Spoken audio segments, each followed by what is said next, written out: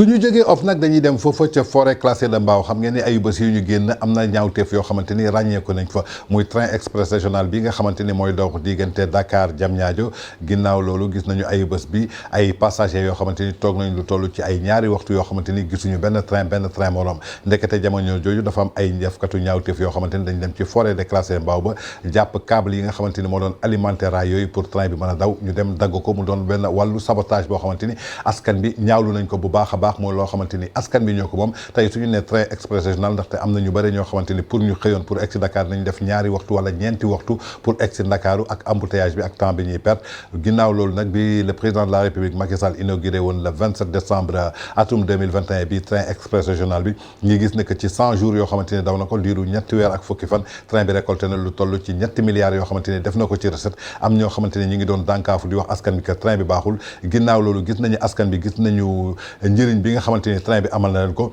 am na ñoo xamante nag gisuñu dara lu dul dem def benn ñaawteef boo xamante ni foofu ca forêt classée de Mbao bi di dem foofu dem ci câble yi nga xamante ni moo nekkoon ci suuf ñu dagg ci lu tolli 60 mètres maanaam juróom benn fukki mètres yoo xamante ni dañ ko dagg loolu nga xamante ni nag naroon na indi jéyee bu mag ci biir ndaxte su train yëpp suñ doon daw mën nañu ñëw ba foofu train yi daal di laalante su boobaa xaw ma ñu ñaata doomu aadama ñoo ciy ñàkk seen bakkan ba tey suñu sukkandikoo ci loolu gis nañu saccage train boobu nga xamante ni bien public la Macky Sall moomu ko amul directeur Mountaga Sy moomu ko kenn moomu ko ku dul doomu askanu Sénégal ñoom ñoo ko moom ñoom lañ ko defal ginnaaw loolu nag gis nañu kii di Mountaga Sy di directeur u APIX moom ci boppam dénoncé na benn forfait boo xamante ni mi ngi ko jàppee forfait criminel te annoncé na benn plainte boo xamante ni contre X lañ koy déposé ba tey suñu sukkandikoo ci directeur u APIX boobu di Mountaga Sy bi nga xamante ni annoncé na plainte boobu contre X pour mettre arrêt ñi nga xamante ni ñoom ñoo def ñaawteef boobu ci train express régional bi ba noppi daal di rassurer askan bi bu baax a baax donc ci biir loolu rek suñu sukkandikoo ba tey gis nañu le trafic du train express régional a connu des perturbations ce lundi c'est après que des personnes mal intentionnées ont commis des actes de vandalisme visant l'infrastructure routière. En effet, des câbles de la ligne de communication au niveau de la forêt classée de Mbao ont été coupés, occasionnant des désagréments, informe le journal VIP People muy ay kaddu yoo xamante ni kii di directeur APIX Mountaga Sy ginnaaw bi ñu ko daggee ba mu demee ca bërëb ba kaddu yooyu la yëkkati ba tey suñu sukkandikoo ci Mountaga Sy mi ngi xamal ba tey en effet des câbles de la ligne de communication au niveau de la forêt classée de Mbao ont été coupés, occasionnant des désagréments. Outré par cette situation, le directeur de l'APIX annonce une plainte contre X pour mettre aux arrêts les acteurs de ce forfait criminel. Mountaga Sy qui appelle à la conscientisation des citoyens sénégalais par rapport aux catastrophes que ce genre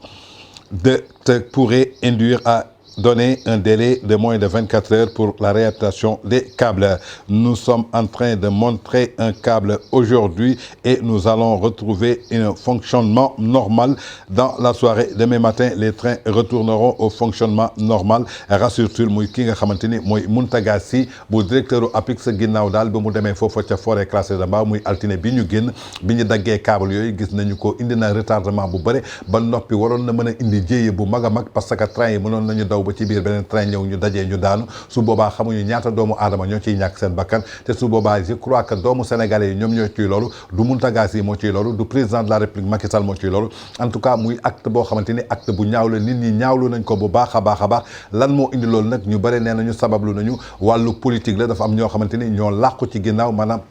tey ay opposants politiques la maanaam pour ay intérêt politique moo tax ñu yónni ay nit pour ñu dem dagg câble boobu lu ci toll 60 mètres soo xoolee bi ñuy dagg dafa am benn partie boo xamante ni haute tension la mais laaluñu foofu dañu dem xool beneen partie boo xamante ni du haute tension mënu leen gaañ mënu leen rey boobu la ñu dem dagg lu tax ñu def ko nag ñoom ñoo xam lu tax ñu def ko mais en tout cas askan bi ñaaw lañu lool lu ci mënti am rek nañu xam ne ni que politique yëfu àdduna la Sénégal yàlla daf ko dénk benn doomu aadama muy président de la république Macky Sall li mu ci war a def na ko te li muy def aussi defu ko ci poosam ci xaalisu sénégalais yi la ko jëlee def ko ci te sénégalais yi ci seen bopp ñoom ñoo ciy jëriñu ko je crois que dafa jot ñu delloosiwaat suñuy xel xam na ni que tey Sénégal mënuñu ko liggéey en tant que ay sénégalais nekk ci seen biir di xeexante seen biir su dee ñun ñëpp intérêt Sénégal moom moo ñu ñor pour développer Sénégal je crois que ñun ñoo war a bokk benn vision ak ku mu mënta doon ak foo mën a féetee ak foo mën a nekk tey suñu gisee ni benn acte boo xamante ni teg nañ ko muy acte bu rafet je crois que sénégalais yëpp ñoom ñoo ci war a ànd ñi xam ne ni que lii Sénégal lañ koy defal ndaxte ñi ko def dañ fiy jógee avant ñoom am na ñu fi nekk nekkoon ñoom it suñ fi jógee ñeneen ñooy ñëw et toujours continuité lay doon te doomu sénégalais yi ñoom ñoo ciy jëriñu ko toujours en tout cas muy acte de vandalisme boo xamante ni sénégalais yi regretté nañ ko ñu bare yëkkati nañ ci yéey ci yàbbi nañu déglu ji kàddu Mountaga Sy yi nga xamante ni yëkkati na ko jour boobu. xàll wi train bii daw nii 30 kilomètres la mi ngi nii parce que ci zone bi la ñu daggee câble bi ba mu dem ba ci kanam mu soog a dawaat ci vitesse normale bi ci bële voie gis ngeen ko dafa jaar léegi daw ci yoon normal bi ci voie normale bi pour juste ngeen comprendre lii moo xewoon démb ci guddi ñu waroon ko wax sénégalais yi combat bi nag c'est le combat de toute la population ñu war a taxaw bañ lii xaw ma lu tax ñu def ko xaw ma lan mooy seen yéene du njëgu wala alalu 60 mètres de câble moo tax ñu ñëwoon fii là aussi dama bëgg ñu xam ko c'est très important voilà laa moom li may wax. acte de sabotage la. acte de vandalisme la. acte d'incivisme la. acte criminel la. plainte dañu porter plainte contre X gendarme yi fi nekk nañ jël seeni wàllu l'état ne sera pas faible c'est un acte dangereux. peut-être bon dañuy ko risque yi lan la par exemple bu ñu ko daggee lan mooy risque yi def train dañuy mbëkkante wala. risque xam nga lan mooy accident ferroviaire j'espère que xam ngeen ko. train bu demee boo xam ne système bi nekkul fiable nga dagg câble bi train bi dugg ci biir zone bi ñaari train mën nañu mbëkkante train bi mën na génn zone bi conducteur bi mën na gis leen mais TER dafa am système sécuritaire moderne système fiable musiba nag ci lu tuuti lay commencer lii il faut mu dokk il faut mu arrêter parce que suñu arrêté wul lii sensibiliser nit ñi feneen la ñu jëm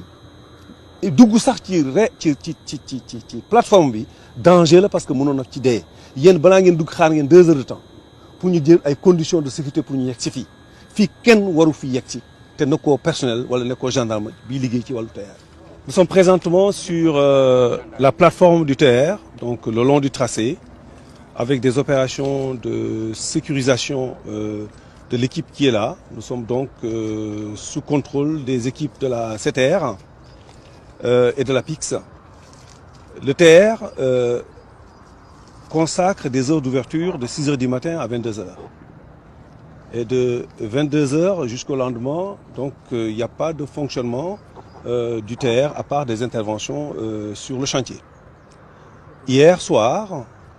en dehors des heures de fonctionnement, il y a eu une intrusion sur la plateforme avec des actes de vandalisme et d'incivisme qui ont entraîné des vols de câbles enterrés. Donc ceux qui ont fait ce forfait connaissent très bien qu'ils avaient accès à des câbles basse tension, c'est des câbles de signalisation. Ils ont pu déterrer les câbles, ils ont pu tirer des mous de 60 mètres de câbles.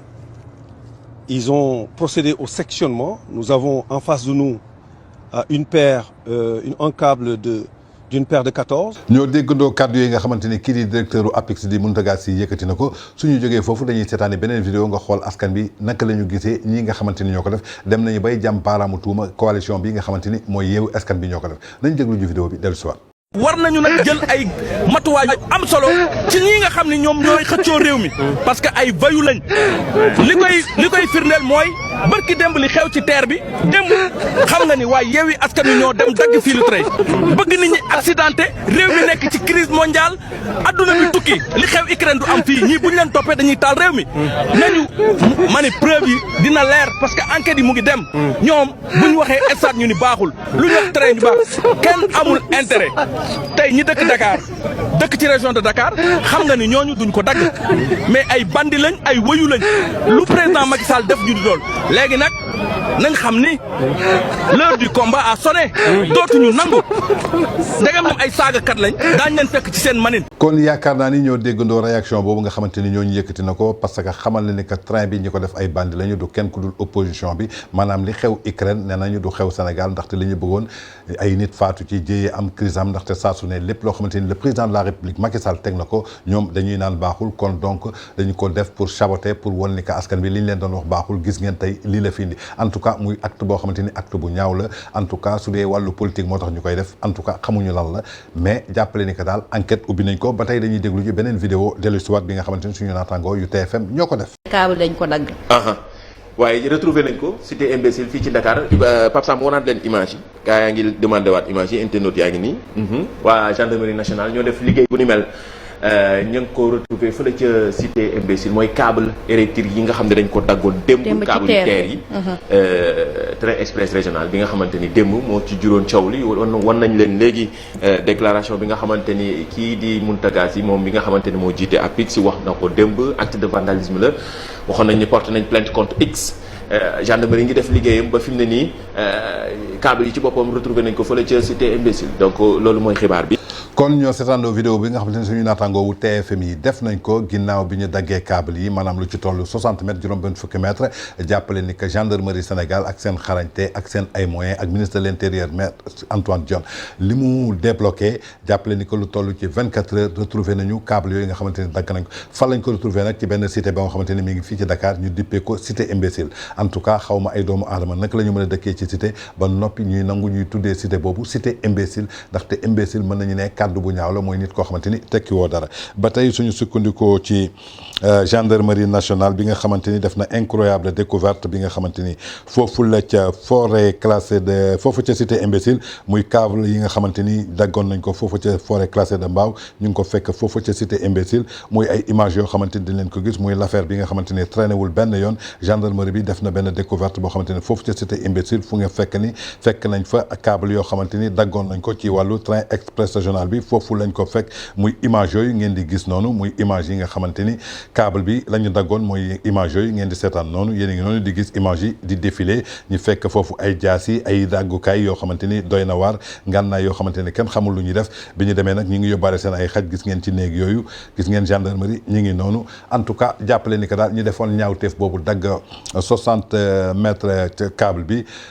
kii di ministre de l'intérieur porté nañu plainte contre X jàppale ne ko dossier boobu dañ leen poursuivre ba képp koo xamante ni taqe nga ci wàllaale nga ci yoon dina la teg loxo ndaxte acte criminel lañ def acte de barbarie lañ def acte boo xamante ni amul benn doomu aadama boo xamante ni Sénégal ñor na la nga bëgg Sénégal nga bëgg développement Sénégal ak lu mu mënte demee ba pare nga bëgg rafetlu acte boobu en tout cas mooy li may wax sénégalais yi rek dafa jot ñu dellu siwaat suñuy xel ci yenn acte yoo xamante ni yenn ci ay doomu aadama ñi ngi koy def te dara lalu ko lu dul xeetu politique ndaxte gis nañu à chaque fois élection jógee rek ku ci nekk dina génnee benn lay boo xamante ni day jéem a jaxase askan bi ak état bi nga xamante ni moo fi nekk alors que ñoom est-ce que ñoom suñ fi nekkoon ñi leen di def noonu dina leen neex wala du leen neex mais dafa jot ñu bàyyiwaat suñu xel xam na ni que Sénégal ëpp na peut-être que 2019 ba tey bi Macky Sall jëlee mandat bi mën nañu ne Sénégal lan moo fi ëpp muy coowal politique politicien moo fi ëpp gisuñu fi dara ginnaaw Covid bi bu mu ñëwee sonal ñu maanaam ci diiru ñaari at diggante fin 2019 2020 ba 2022 bi ñu war a tolluwaat ci liggéey pour suqali mais jàppale ni que coowal politique moo fi nekk ba nga xamante ni ñaawteef yu bëre ñi ngi koy def te jógewul fenn ci lu dul ci wàllu politicien jot na nag tey askan bi sénégalais yi xam na ni que tey politiciens yi lu ñu bare matuñu 1 million tey ci 17 millions d'habitants du Sénégalais yi ñoom 16 millions d'habitants du Sénégalais yi ñi ci ëpp tey ci secteur privé bi dañ nekk ñoom ñoo war a xool lan mooy développer Sénégal bañ topp politiciens yi nga xamante ni saa su ne dañ leen di utiliser di leen manipuler di leen jama jaxaseeg ak seen yenn saa yi nag pauvreté ak ndóol da koy indi nit ki su nekkee ci ndóol maanaam toog xalaatam dafay xaw a gàtt lépp loo ko wax rek au lieu que mu jël temps pour réfléchir mais da koy teel a gëm mais tey dafa jot ni que askan bi ubbiwaat seen bët xoolaat bu baax fan la ñuy teg seen tànk ak fan la ñu dul war a teg seen tànk ak kan la ñu war a déglu ak kan la ñu warul déglu ak wax bu yenu maanaa yan nopp ñoo ko war a dégg wax bu yenul maanaam nen ñoo ko war a dégg ndaxte suñu deful loolu suñu sukkandikul loolu Sénégal suñu sàgganee ci guuta bu métti la nar a jëm. taskatu xibaar yi métier bu noob la ngeen yor dëgg la ku siiw yéen a ko siiwal dëgg la ku yàqu yéen a ko yàq dëgg la